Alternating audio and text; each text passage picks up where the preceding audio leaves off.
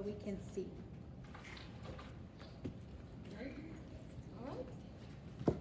I'm going to present our targeted improvement plan. We've been doing quite a bit of work on it the past 2 weeks, and the reason we're having to do a targeted improvement plan is because of the outcome of our STAR scores from last school year. So I'm going to go over the details of that plan. Our first goal was we got together a campus leaders or a district leadership team, and that consisted of 3 teachers, 2 teachers, Dr. Knox and myself, where we came up with a vision of what we wanted our school year to look like, what we wanted our teachers to believe in, what we wanted our teachers to work towards this school year. And that vision that we created was Sam Houston State University Charter School's vision for the 2018-19 school year is to nurture students' learning and growth by implementing rigorous standards through a collaborative atmosphere.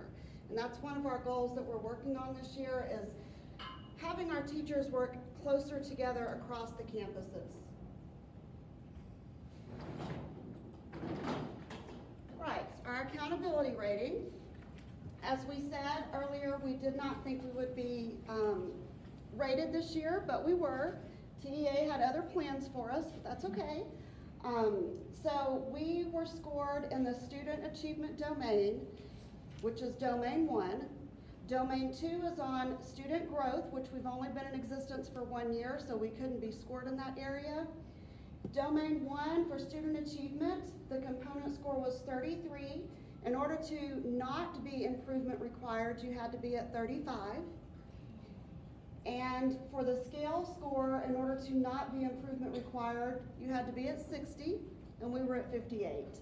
So as you can see, we were very, very close to meeting those standards. We know with our plan that we've put in place this year that this won't happen again, that we will not be improvement required again, because we are going to make sure of that.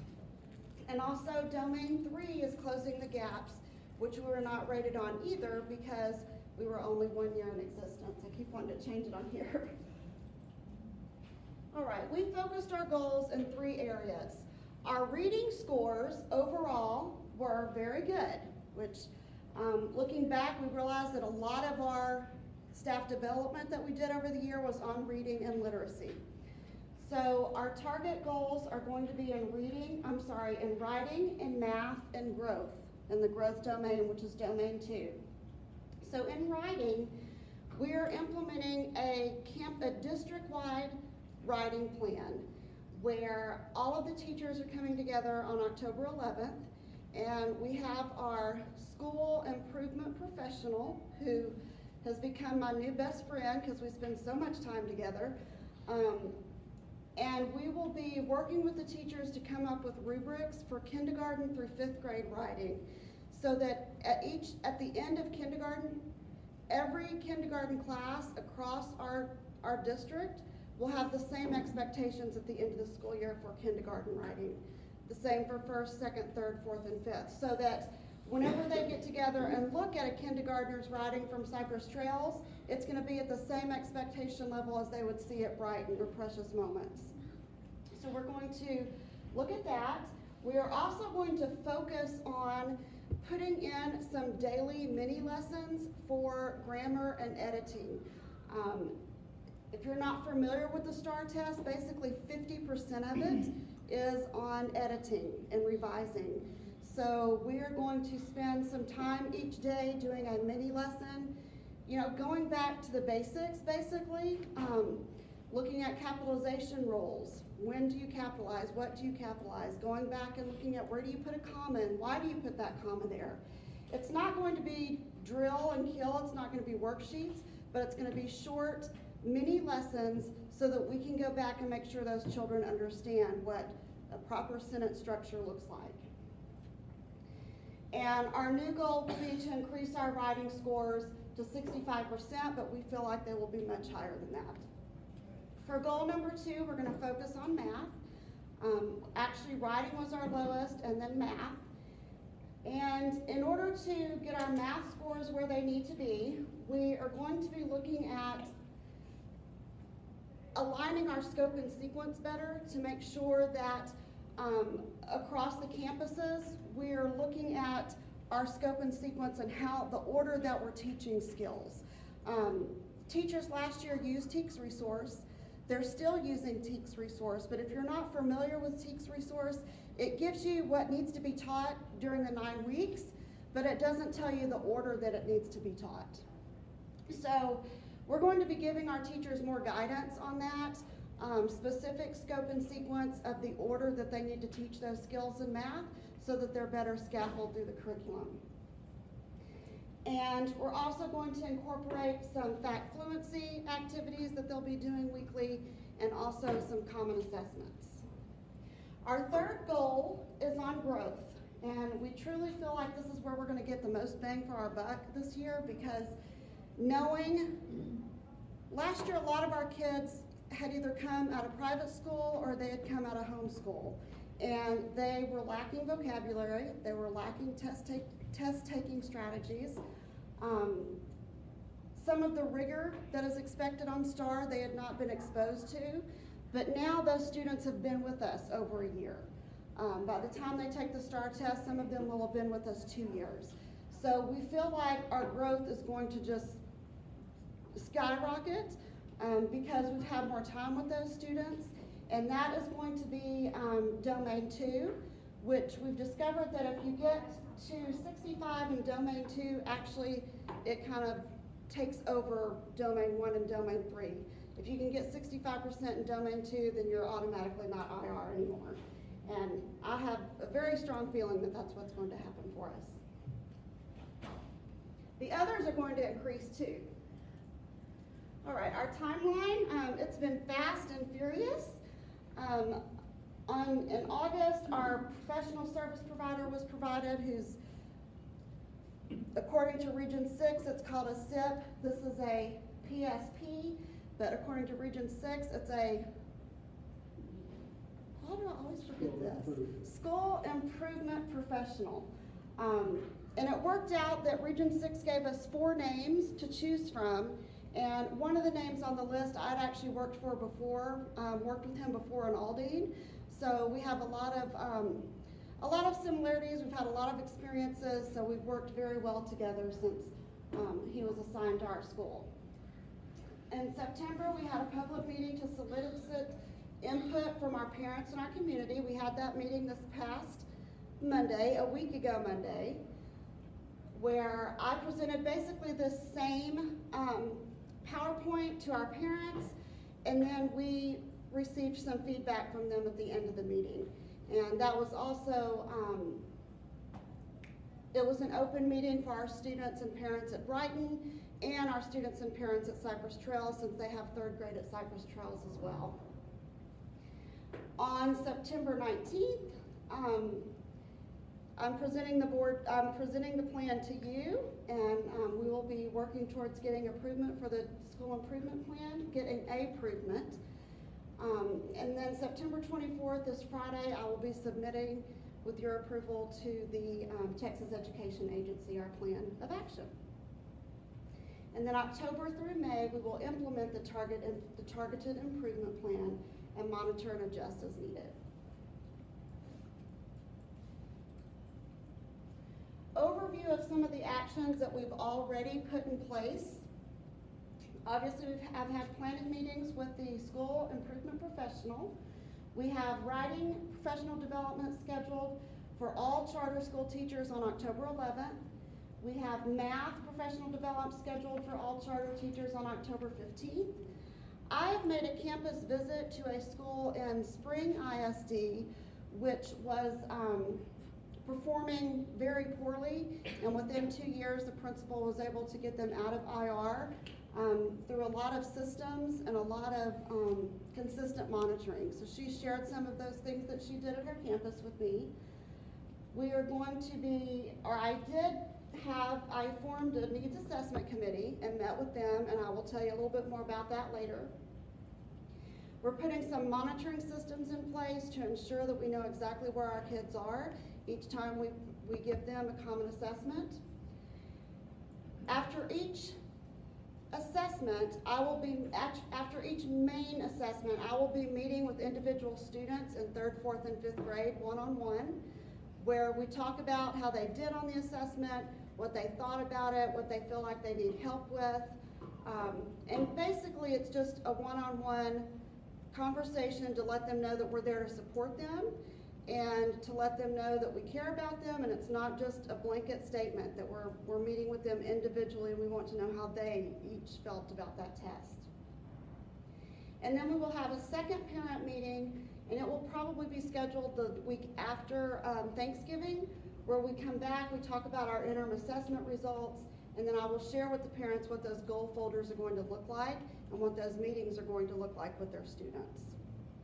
Because we did have some parents at the meeting ask if they could participate in those goal meetings, and I said, sure. That's really not the purpose. The purpose is for them to meet with me one-on-one, but that's okay. Okay, for the Needs Assessment Committee, and this is also going to be visited again next month at our next meeting, because I'm going to use this information from the Needs Assessment Committee to create our campus improvement plan and our district improvement plan. But some of the things that they shared with me in this committee consisted of a teacher from each one of our campuses, and then a parent representative from Brighton and a parent representative from Cypress Trails. And also Alicia Hernandez, our district testing coordinator, was there as well, and my videographer.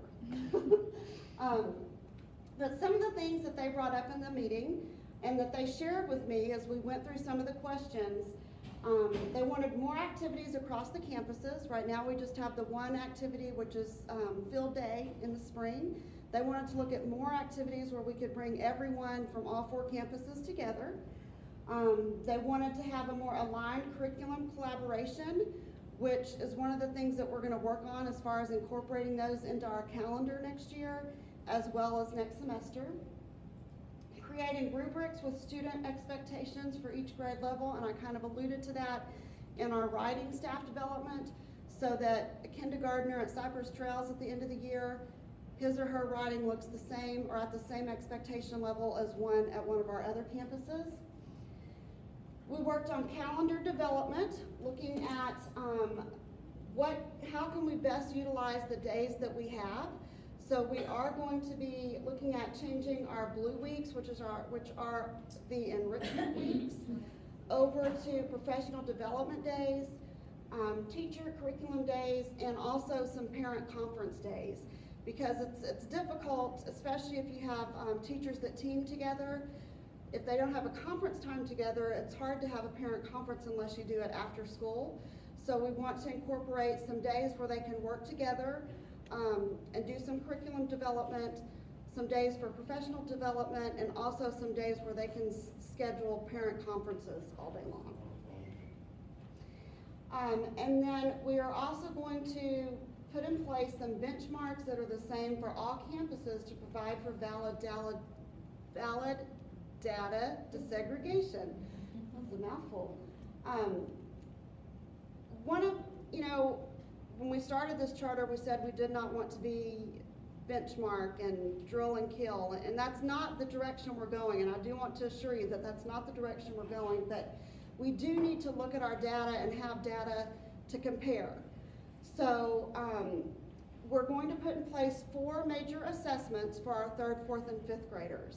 In November, we will be giving an interim assessment, which is provided through TEA, where the kids will take about a 20-question test in reading and math, and the results will be submitted to TEA, and then we will get all of the data sent back to us.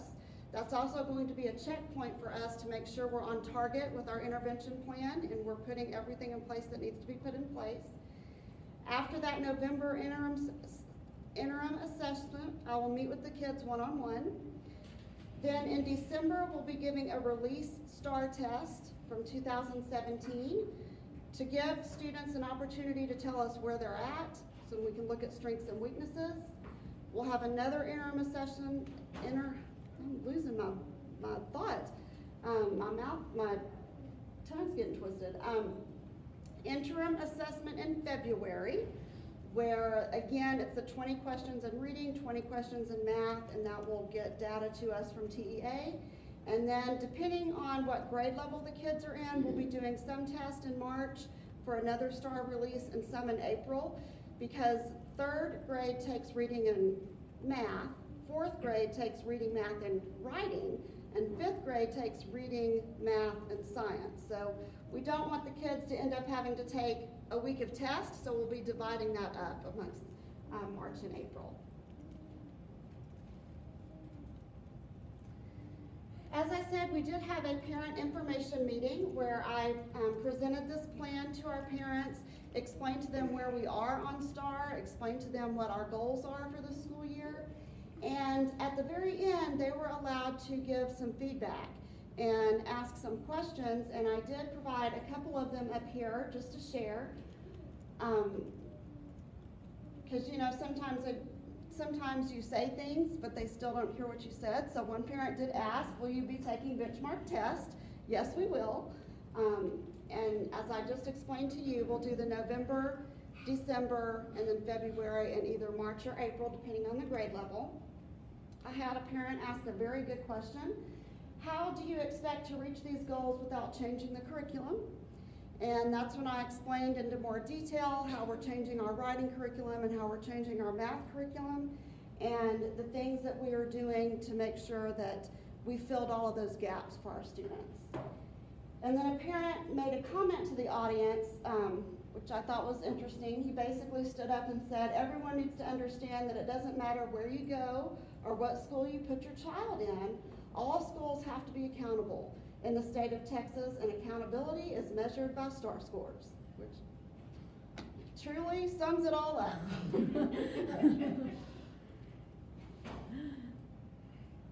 All right, before I go on to the next section, I do want to talk about our ESL program evaluation. Are there any questions that I can answer over the targeted improvement plan before we move on? Okay, all right. The next thing that I wanted to share with you today is we are required by TEA to provide an ESL program evaluation each year before November 1st. So we're going to do that at this meeting. And basically, I just want to give you an overview that we did have students qualify for ESL services last year.